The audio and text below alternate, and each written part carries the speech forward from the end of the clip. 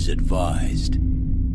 Hey everyone, welcome to the discussion for the solo variant for Tekhenu Obelisk of the Sun, which I gotta say, the solo variant is hot garbage. I hated this solo variant for a lot of reasons that make me hate other solo variants, and there's basically two major reasons that make me never want to touch this game as a solo situation.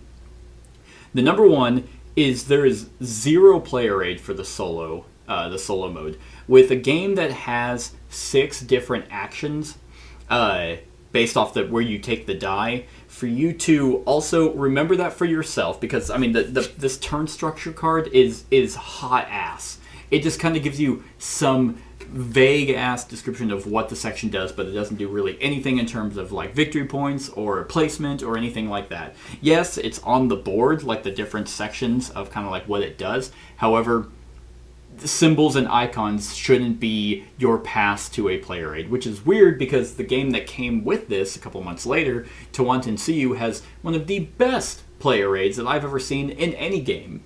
So basically with this, they're just like, oh, well, we're putting all our effort into Want to See You, so fuck Tekhenu and its player aid. That was a complaint in the original run-through. It's still bad here, but it's even worse when you're trying to figure out how to play the solo variant. Or not how to play, but playing with, because it's just you, so you're sitting here trying to play your thing, and then you're like, I was like, oh, okay, in lieu of a player aid, I'll just keep the rule book open to the page where here's the player aid in the rule book. That is horrendously bad. That is very frustrating. The second, and here's the biggest thing, I hated this for Feudum, and I hate this for a lot of other solo variants. Feudum is the one that comes to mind because I really didn't like that solo variant either. Botakamen, or whatever his name is, does everything for free. This is a game about crucial resource management, utilizing other resources and the dice, like to either do the action or to produce resources, so you can then pay for other things. He does everything for free, and he always takes the highest value die, because of course you get the better option if you have the higher value. But the fact that he's like, oh, okay, well, whatever this stupid ass mundane flipping a token for to see if it goes up or down this pyramid, and it's like, oh, okay, I guess he's doing the Osiris action. Well, there's a 6, so he's going to take the 6. Oh, he doesn't have to worry about taint or balance or anything for some reason like we do as players, which can drastically affect losing victory points. So he's going to do that. Oh, okay, so he's just going to...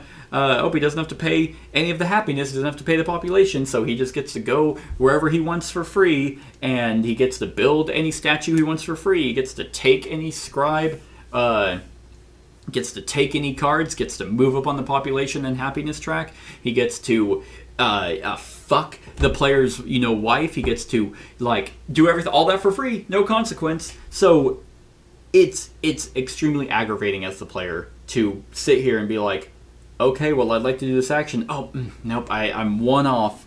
I'm one off from my one resource. So I guess I'll take this 3, and I'll get 3 granted, and that's my turn. And okay, so he flips this, and he does that. Oh, look at that, he gets to place all of his pillars right there for free. Absolutely horrendously bad, in my opinion. I despise games where other players, when you're playing this game, because in my opinion, a solo variant should either be extremely unique or it should replicate in another player to some extent. No one gets to do shit for free unless they're taking cards. And in my opinion, there's no hindrance to the in other solo variant games, you can sit there and you can okay, what's he gonna do? You can kind of read the AI because it's so open. You know exactly what they're going to do, so you can try and manage that. Here, whereas you do get to do that, you can easily see that, okay, he's doing one of these 2 options. Well, that's not going to really persuade you to do those options, so it's not as powerful. Like, for example, if this token here was on a spot, and I'm like, okay, he's either going to do a raw or a Thoth action. He'll do one of those 2. Well, let's see if I can do that as well to stop him. I don't want to do that. this game is fantastic against other players because everyone's trying to do their own strategy. It opens up to a lot of variety whenever you're playing this game. Oh, do I want to go towards high resources? Do I want to go for cards and the happiness? Do I want to go for pillars? Do I want to go for statues? Do I want to go for buildings? You have all that at your fingertips, but you can't do all of that because that costs resources. Or you take a lower value die, but you also have to worry about, do I want to take that and man, I have to worry about the balance. There's a 6 that would really help me out right now, and I'd get a lot of points. But man, I'd be like -7 on my balance, and that'll put me at, I'll get -2 points. You have to weigh those decisions. The solo player doesn't have to weigh any of those. And to add insult to injury, not only does he take cards, those cards are worth victory points at the end. Like for each technology in the scoring phase, it's worth 2. In the second scoring phase, the decrees, the technologies are still worth 2, but the decrees are worth 4. So he ramps up on the happiness and population track to then basically take cards, and then just basically get an unlimited number of points at the end. And that is extremely frustrating. Because there's nothing you can do about that. Either he's going to do something, or he's not going to. Like, he's going to do this. And the only solace was like, oh, he never actually happened to, to build any buildings. So I was getting points for that, but it didn't matter. Like, I'm sitting here like busting my ass trying to gain the resources to build some pillars or to build some buildings, and also, oh, by the way, at the end of the scoring phase, I have to pay bread for each building I build. Nope, he doesn't have to do that either. It's all rewards and no penalties for this player, and that is just not fun. That's like me as an actual player while someone's playing the game, and I'm just like, yeah, I'm gonna take that one. Oh, do you have to pay? No, I don't. No, I'm above you as a player, so fuck off and give me my scribe tile, or give me my whatever pillar tile, and place it wherever. And here's the other thing. I also don't really like where I have to make decisions for the other player. Like, I might as well literally just play a 2-player game and be like, I'm going to like kind of what Rado does, where it's like, oh, I'm going to play for this person, I'm going to play for this person, and try different strategies. Whenever you're placing the pillar tiles and the pillars, it's just like, place it where he'll get the most points. Why don't you have a hard and fast rule of where it actually places? Oh, because that is all decision based on the player. So yeah, of course. I mean, it makes sense. Yes, you would put it where you would get the most points, but playing against other people, that might not be the case. They might sit there and be like, oh, I really actually need the two limestones. I'm going to place it there. Yeah, I'll only get 1 point. Well, actually, I'll get whatever you take the tile from, but yeah, I'll only get a couple points, but I really need the limestone, which will help me in other actions. Nah, he's just all about points. So why not literally play this game and kind of do it in a way where it's like, hey, he always gets 100 points or whatever. Try and beat that. I mean, that's pretty much what you were doing. Like, I knew for a fact. I mean, I'm surprised it was as close as it was, which it was a weird scoring because he just ramped up so quickly on population and happiness. Like, yes, that's the way to beat him. Literally do the exact same thing. Like, he doesn't score for these. I mean, I get it. Like, he probably scored 8 points, maybe 12 points. Whereas I scored 2, 4, 6, 8, 10. I also scored 12 points off my 1 decree. So yes, go up on population and happiness. Compete with him. You'll get your happiness points. You'll get a gold and whatever.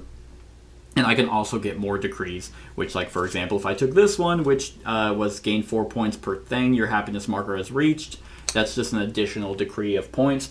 I understand that. But the game Tekhenu shines so brightly because you could have ignored that as a potential way of scoring points and focus on something else. In this game, you don't. Now it's like, yes, he's going to ramp up on that, and he's going to do everything for free, so now you have to ensure that you're basically going for in-game victory points instead of whatever other strategy you want to do. And I just don't like that. It's a unique idea in terms of flipping over to some positives. It's a unique idea for this to be he has tiles in the form of a pyramid. that okay, he's gonna do that, and he takes dice. Like taking the dice and all that wasn't. I mean, that was relatively easy. And so you also kind of wanted to compete for him in first place, so you could get the higher value die. And then it's like, okay, is he going to go up on the pyramid or down? You don't really know. So because you flip this thing, and I don't know what it is with designers and flipping shit. I don't like this. Like village attacks, for example, to determine if there was a tie, you flipped a coin for each person. It's cumbersome and takes up way more time, and it's fiddly because you're just like. Or if you don't know the flip and you're just like, oh no, okay, I guess he's doing that. It's just, so, but I mean, I like the idea that it's a pyramid because obviously Egypt and pyramid, so it makes sense. And you can easily see he's doing one of these two things, so, but you don't know which. So it's like, okay, well, alright, I guess I can try and outmaneuver him and take that 6. But once again, since he doesn't have to worry about, the balance, like the scale balance, it's like, well, sometimes it might never be a point. Like, okay, well, I could take that 6 to stop him from getting 3 points for taking the tile and putting a pillar over there, but it's the only 6 available is in the taint section, so, wow, I only have 4 in my purity and 15 in my taint, so I guess I'm getting negative 3 points, so it's a wash. That was just horrendously bad. I was not having a good time. I was having a good time playing my side of the game because I do like Tekhenu quite a bit. It was in my top 10 of 2020, and would still stay there in a multiplayer game, especially after I've played this game a lot more times since the run through. It's not as heavy as one is meant to think. However, it's not that this is the hardest like AI player I've ever done, but because of the lack of a play rate, it makes it harder, and the fact that he does literally everything for free is just I hate that. I really, really hate that. It's not fun. So yeah, I mean, I'm really trying to think of you play it as a 2-player game, so I mean, he builds statues for free. He just fucking puts them there. So you either can build statues, honor the gods, build a statue in honor of the gods, just take the spot from him, so then he has to place them somewhere else. I didn't do that because my decree needed me to place statues over there. But wow, like, I did not enjoy this variant in any way. Yeah. So, and for the record, that was on the regular difficulty. You can up the difficulty. So, for example, if you can adjust it, so he just starts with buildings out, of course he does, and a pillar. And then in the scoring section, he scores 8 points per decree instead. I don't get it. I don't get why people are playing. Don't play Tekhenu as a solo game. Like, there are other solo variants out there that are just way better. This one was extremely frustrating in my experience. So, with that being said, on a scale of 1 to 10, what would I rate this solo variant? I'm gonna give it a 3. I really think it's far below average for a solo variant.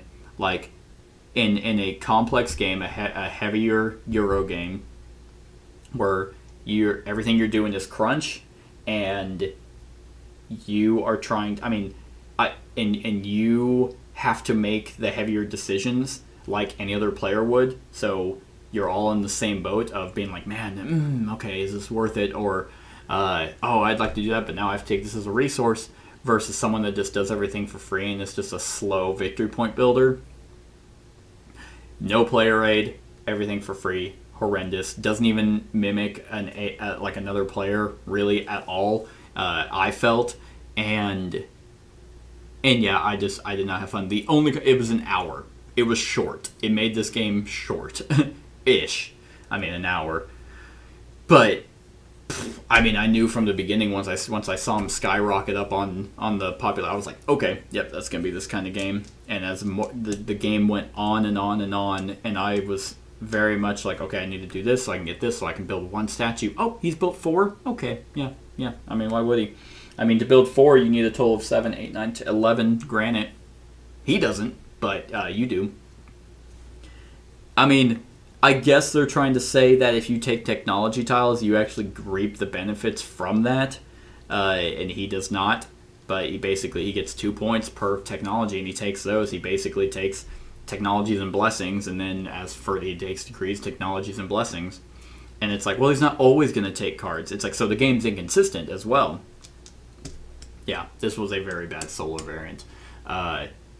However, I do not rank games off of their potential to have a good solo aspect. That is always a bonus. So my original score of Tekhenu, which I believe was an 8, is not marred by this. Like, this is just, oh, I'll never play this solo. Whereas some other games that have fantastic solo variants, it's like, oh yeah, I might play that solo. So that's the silver lining here. It's that this wasn't designed to be a solo game. It just happens to have one. And I don't know. It's weird because, David, I believe David Turczi is the one who designed this, and he's usually really solid on, it was designed by David Turczi and Nick Shaw. I don't know. I don't know why this one is so bad compared to some of the other solo variants by him. But to each their own. That is my thoughts on the solo variant for Tekhenu Obelisk of the Sun. Let me know what you think of the solo variant in the comments below. Other than that, like, comment, share, and subscribe, and have a wonderful whatever time of day it is for you. Hey everyone, thank you for watching, and I really hope that you enjoyed the video. If you would like to see more of my content, go ahead and click that subscribe button and the bell to be notified whenever I upload any new content. If you feel like supporting the channel, you can go ahead and click that Patreon link to be taken to my Patreon, and any help is truly appreciated. Other than that, stick around for any other run-throughs or reviews or cool top 10s or whatever I feel like putting on. Other than that, like, comment, share, and subscribe, and have a wonderful whatever time of day it is for you.